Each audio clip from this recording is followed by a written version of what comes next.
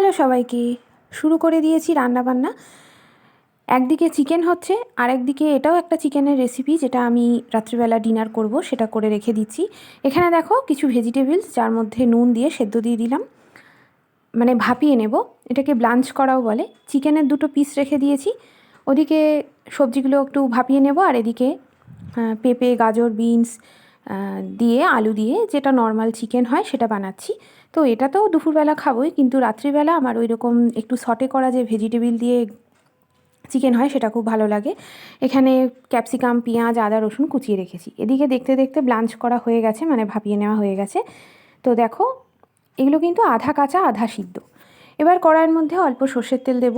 এটা সাদা তেল বা বাটারেও হয়, তো বাটারটা আমার কাছে ছিল না বলে আমি সর্ষের তেল দিলাম।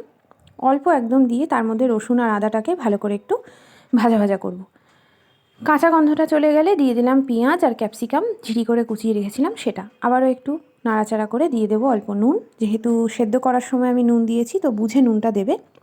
এবার চিকেনের ছোট ছোট টুকরোগুলো দিয়ে দিলাম।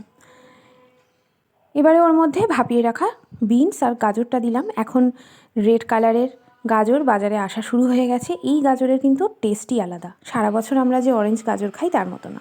গোলমরিচ গুঁড়ো দিয়ে নামিয়ে দিয়েছিলাম।